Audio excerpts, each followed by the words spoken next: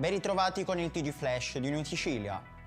2 minorenni di 15 anni sono stati arrestati dai carabinieri di Barcellona Pozzo di Gotto in provincia di Messina per aver commesso una violenza sessuale ai danni di una ragazzina di 12 anni e aver registrato il tutto con il cellulare.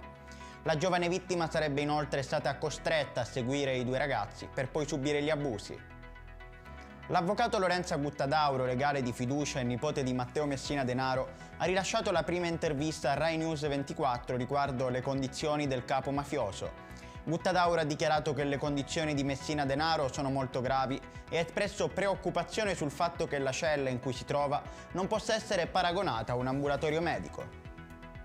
La sezione di polizia giudiziaria della Polizia Municipale di Catania ha condotto un'indagine di 2 anni su un'azienda di autonoleggio con sede a Siracuse vicino all'aeroporto di Catania. L'azienda è accusata di aver truffato i propri clienti per un profitto di decine di migliaia di euro tra il 2018 e il 2019, trattenendo circa 150.000 euro dalle loro carte di credito per supposte violazioni al codice della strada e danni ai veicoli noleggiati. La polizia del commissariato Borgo Ognina ha denunciato per furto aggravato un uomo di 30 anni con precedenti specifici.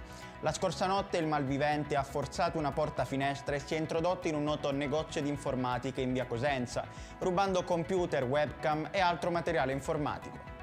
Ed è tutto per questa edizione, il prossimo appuntamento sarà alle ore 20.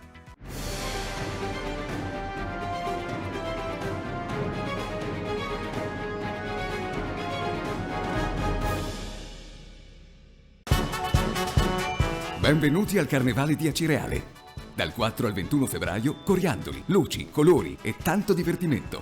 Carri allegorici, gruppi, costumi, eventi, maschere e mascheroni. Uno spettacolo unico per un'esperienza ricca di allegria e di belle emozioni. Carnevale di Acireale, la festa più bella di Sicilia.